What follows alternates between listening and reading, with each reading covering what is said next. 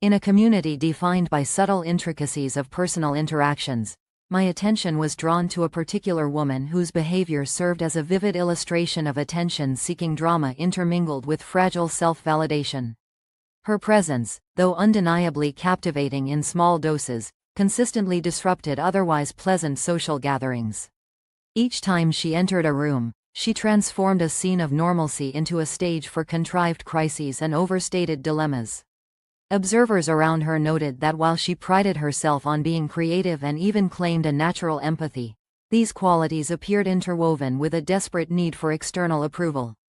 Her behaviors, methodically arranged as she navigated various social settings, underlined an almost ritualistic pursuit of recognition, especially from the men present, which seemed to offer her a temporary reprieve from her pervasive loneliness. What struck me most was the systematic manner in which she sparked discord among those who would otherwise be enjoying a peaceful interaction. Every social encounter that she invaded was quickly redefined by her dramatic portrayal of fictitious relationship woes, supposed enmities, and personal calamities. Far from a random outburst, her actions displayed a predictable pattern of provoking heated debates and generating gossip. As I observed these events unfold over time, I noted that her self-proclaimed sensitivity and creativity concealed a deeper yearning for validation. Although many in our group admired her for her audacity, there was an ever-present tension born of the disarray she left in her wake. This narrative is an exploration of how her constant need for attention altered our interactions and signaled a broader commentary on the fragility of self-worth when measured by the approval of others. On one distinct occasion, I witnessed a gathering where the atmosphere was intended to be calm and cordial, yet her arrival quickly redrew the boundaries of normal conversation. As I sat observing a group engaged in lighthearted discussion, her entrance was marked by an abrupt shift in the ambient tone. Stories of enemies, relationship failures, and personal crises began to surface with alarming regularity. In what seemed like an orchestrated performance, she singled out elements of personal life. Most notably, she directed her attention toward my partner, creating an undercurrent of tension that soon became impossible to ignore. Through careful observation, I noted that her agitation not only unsettled the group but also provoked whispered discussions and discreet exchanges among those present. A few moments later, indirect reports reached me indicating that she had also engaged in unfavorable commentary about my character, an action that deepened my sense of betrayal and reminded me of the unpredictable consequences that inevitably accompany her interventions. In that group setting, the interplay of admiration and discontent was palpable. While several members of the gathering briefly indulged in her dramatizations, there was an overarching awareness of her tendency to manipulate the situation to her advantage. I found myself wrestling with mixed feelings. A desire to remain distant to avoid further personal entanglement balanced against an internal responsibility to address the emerging disquiet. The subtle dynamics of the group became a microcosm for the larger issue of validation, where her constant need for male attention and approval was laid bare. Moreover, the isolation that seemed to define her existence was mirrored by an almost tangible loneliness, despite her knack for attracting an audience. The unfolding events that day were not merely isolated incidents. They formed part of a broader tapestry of behavior that hinted at deeper underlying instabilities. Thus, as the evening progressed and the discussions grew ever more fraught with tension, I began formulating a cautious, yet deliberate plan to address the situation.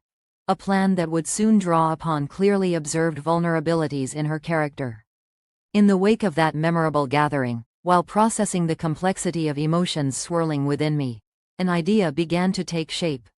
It emerged from a moment of clear observation, when I noticed another individual boasting subtle highlights in their hair, an attribute that elicited unanimous admiration from several members of our group.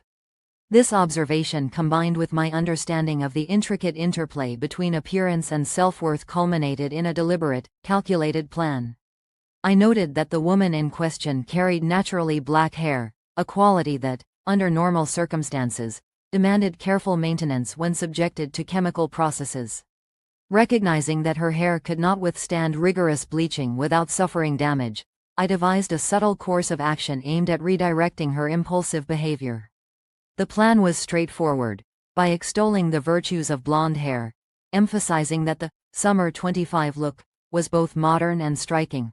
I would artfully influence the discourse by sparking conversations and making pointed remarks about how blondes possessed a certain it factor.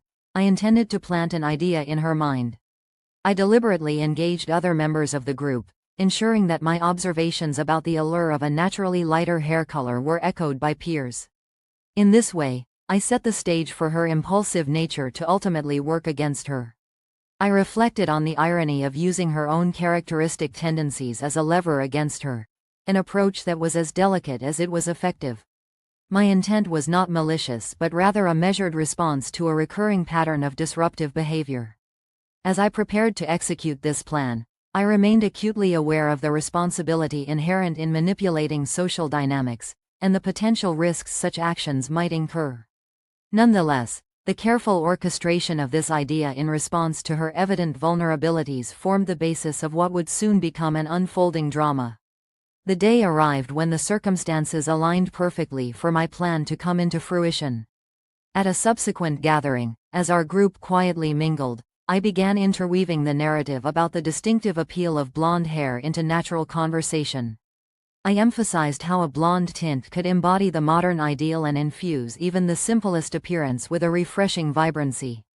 In a deliberate yet subtle manner, I maintained that the Summer 25 look represented both trendiness and effortless charm, qualities that, in any self-assured individual, were undeniably attractive. As the remarks circulated among the group, I noted a collective curiosity and an emerging consensus regarding the charm of blonde hair. Knowing the subject of attention, the ever-dramatic woman, would not be immune to such a contagious suggestion, I kept my observations measured and factual. Promptly, her impulsive nature took center stage. Motivated by the hype and the approving nods from fellow onlookers, she decided to modify her appearance drastically. Without the means or perhaps the wisdom to secure a proper professional service, she resorted to a DIY approach, treating herself to multiple rounds of box bleach in a single day. I observed with a mix of apprehension and analytical detachment as she applied the chemical treatment, unaware of the potentially damaging aftermath. What ensued was a transformation that proved to be as disastrous as it was visually striking. Her hair, unable to withstand the chemical assault, took on an orange, fried appearance that betrayed the promise of the initial idea. Despite the evident damage, she sought reassurance from the group, incessantly querying if she was still attractive, desperate for the validation that had driven her impulsiveness. In the midst of the unfolding drama, the reactions from our peers were varied. A mix of sympathetic concern and tacit approval of the outcome as an inevitable consequence of unbridled vanity. For me, as I observed the situation develop with a discerning eye, there was a nuanced blend of satisfaction at the unfolding outcome and a sober acknowledgement of the risks entailed when one allows external pressures to dictate self-worth. In the quiet moments following the chaos, I found myself in deep reflection about the nature of attention-seeking behavior and the inevitable consequences that follow such a pursuit of validation. The irony of the situation was not lost on me. The very traits this woman embraced as part of her identity ultimately led to a self-inflicted crisis of appearance and self-esteem. Through this careful orchestration of events, it became evident that the pursuit of external affirmation, particularly when it is the sole measure of one's worth, can often pave the way for unwise decisions and regrettable outcomes.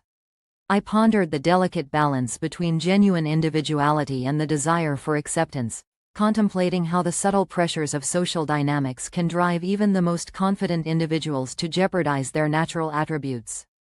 In this narrative, the events serve not only as a personal account but also as a broader commentary on the interplay between self-perception and public validation.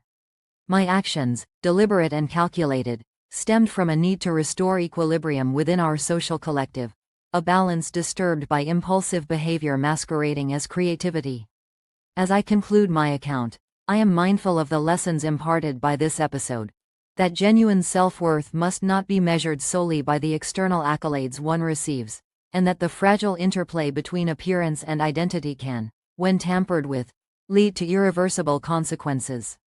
In reflecting upon these events, I advocate for a measured approach to self-improvement and validation, one that is rooted in a deep understanding of one's inner strengths rather than in the fleeting affirmations of others.